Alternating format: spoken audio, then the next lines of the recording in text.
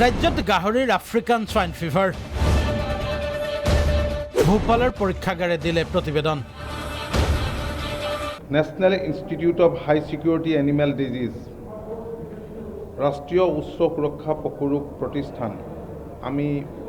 পঠাইছিলোঁ ভূপাললৈ আমাৰ লেবে যিটো সন্দেহ প্ৰকাশ কৰিছিল আমাৰ বিশেষজ্ঞসকলে সেইটোৱেই ভূপালৰ যি এই প্ৰতিষ্ঠানে নিশ্চিত কৰিছে আফ্ৰিকান সোয়াইন ফিভাৰ বুলি নিশ্চিত কৰিছে হয় ৰাজ্যত সংহাৰী ৰূপ লোৱা সোয়াইন ফিভাৰত মৃত্যু হৈছে শ গাহৰিৰ হাহাকাৰ লাগিছে ৰাজ্যৰ 15 লক্ষাধিক গাহৰি পালকৰ মাজত 29 এপ্ৰিলতে ৰাজ্যৰ পশুপালন বিভাগলৈ এইখন পৰীক্ষাৰ প্ৰতিবেদন প্ৰেৰণ কৰিছে ভূপালস্থিত ৰাষ্ট্ৰীয় উচ্চ সুৰক্ষা পশুৰোগ সংস্থাই কাৰণ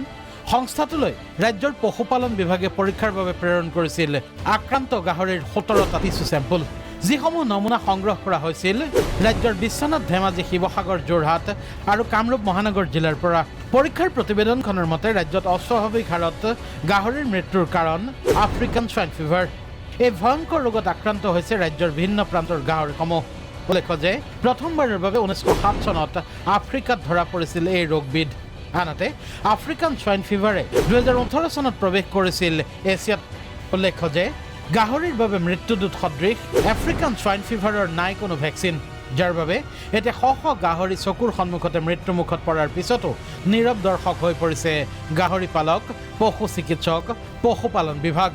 পৰিত্ৰাণৰ বাবে কি কৰিব এতিয়া গাহৰি পালকে কোনো ধৰণৰ ঔষধ নথকা আফ্ৰিকান সোয়াইন ফিভাৰক লৈ এতিয়া বিমৰত পৰিছে গাহৰি পালকসকল ৰাজ্যৰ কৃষি আৰু পশুপালন মন্ত্ৰীৰ মন্তব্য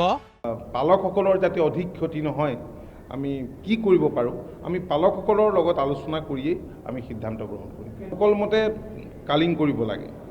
গোটেইখিনি নহয় যিসকলে গাহৰি পালন কৰে সেইসকলক আমি ব্যৱস্থা ল'বৰ কাৰণে আমি কৈছিলোঁ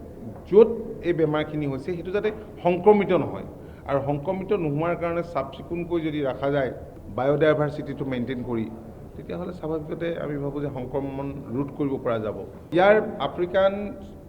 সোয়াইন ফিভাৰৰ কোনো ভেকচিন নাই আৰু কোনো ঔষধ নাই মানুহ গেলে সংক্ৰমিত নহ'ব যদি এয়াই হয় তেন্তে লকডাউনৰ মাজতে আহি পৰা এই সংবাদে ঘোৰ বিপদ মাতি আনিছে ৰাজ্যৰ গাহৰি পালকসকলৰ বেংকৰ ঋণ লৈ স্বাৱলম্বী হ'ব খোজা গাহৰি পালক তথা সাধাৰণ পালকক কেনেধৰণে সকাহ প্ৰদান কৰিব চৰকাৰে সেয়াহে হ'ব লক্ষণীয় ব্যুৰ' ৰিপৰ্ট প্ৰাগ নিউজ